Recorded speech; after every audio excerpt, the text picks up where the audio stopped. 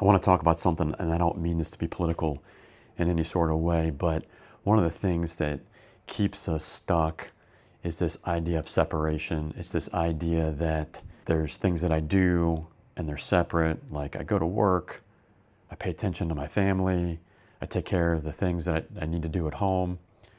I watch the news or I follow social media and I follow politics, and those things are out there, and I'm over here, and only so much affects me and only so much can I affect.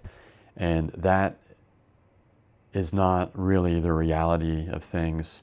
And so I'm going to say some things that are probably, I don't know if you're going to agree with or not, and just take this for what it's worth. So if it applies to you, take it in. If not, then just let it go on by. But, when we're talking about changing our life, when we're talking about self-growth, when we're talking about any type of improvement on any level, spiritual, monetarily, relationship level, there's some things that are going on that we want to pay attention to. In this past week, some of those things became very clear to me, even more so on a collective scale, just how conditioned we are. And that conditioning runs very, very deep. So all the conditioning that we have is on a subconscious level. Once you bring it up to a conscious level, it's no longer conditioning anymore. Now it becomes part of your conscious thought. It becomes part of your decision-making process that you can do something with. And what I was noticing on a subconscious level is that this air of separation, where it's like a me versus a that, or it's us versus them, and how that can be pervasive in our minds. Not only when we're talking about things like politics or anything that you see that's controversial, but just in our own sense of being, our own thoughts, right? So it can show up in how we relate with money. It can show up how we relate in our relationships. It shows up how we deal with conflict. It shows up how we deal with any type of problem that we might have in our lives. And, the reality is that everything is one. And that is the reality that when we come to it is going to show us all the solutions that are built into any problem that we have to begin with. Meaning that it's even just an idea of separation that makes us think that there isn't a solution to any perceived problem. And when we see that everything is one, when we understand that everything is coming from the same source, then we can understand where our conditioning lies, right? So that us versus them mentality, like things are coming to get me, or I am in danger, or I am in scarcity. Like I'm going to lose out, I'm going to miss out if I don't get something that's external from me or even perceived. And so our minds work in different ways. I mean, there's the positive and there's the negative, right? And so, yeah, we're seeking consciously positive affirmations from what we want, to make sure that we're on the right track, to make sure that, the thing that we're doing is helping, to make sure that, we're a good person and we're not screwing up and all that. But also there's the subconscious. So it is like that, when there's the people pleasing conditioning, when there is a need to outsource my worth and my understanding of who I am to other things, in that I am foregoing the truth of who I am as I'm tied in with the whole, and that everything is one.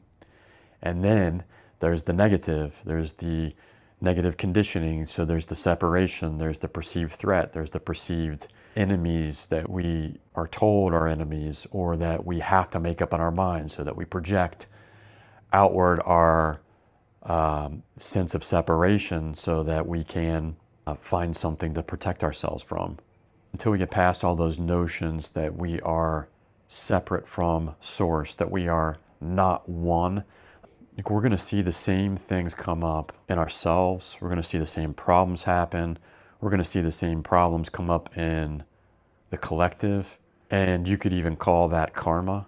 And karma is the idea that everything is happening in resonance or coordinates with what you put in. So what you put in, you get back. If you put negative intentions into something, if you put separation consciousness into something, if you put scarcity into something, You know what I mean? Kind of like if you don't like money and you think money is the root of all evil, but money is the solution to all your problems, like you're going to get back what you put into that belief about money, and money will probably end up being more hard to find or scarce for you.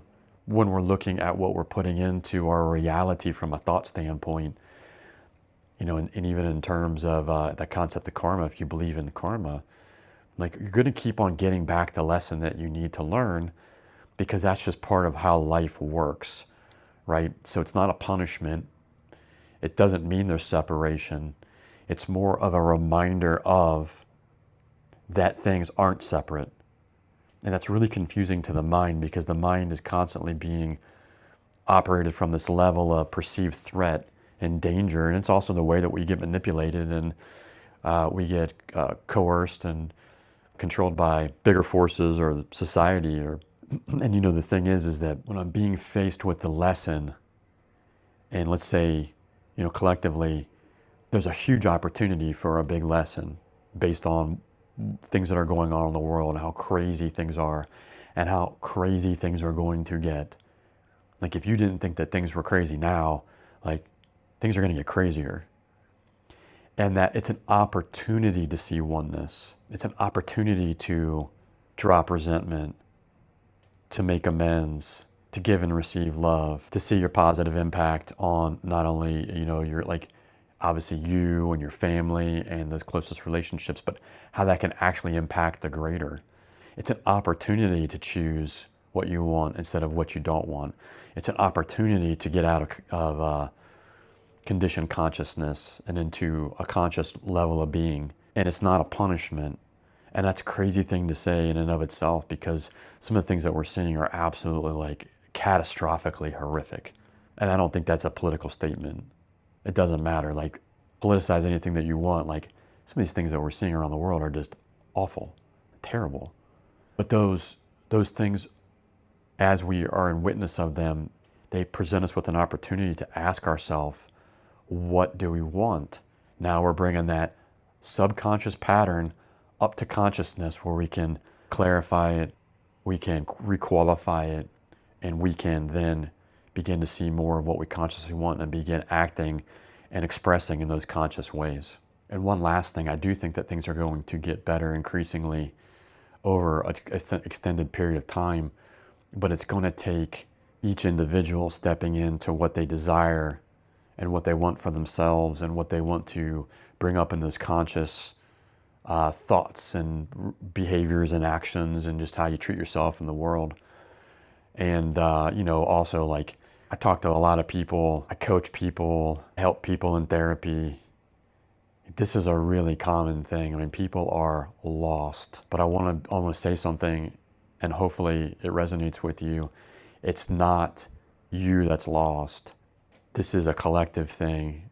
And I do think that you're in the right spot, and this is the time we can start to make better choices and take all this as an opportunity to come into our conscious awareness, more so than stay locked in that subconscious and those conditioned patterns that have caused our problems for our entire life. So I hope you enjoyed this. I do hope that you take care of yourself. I wish you the best, and I'll catch you next time.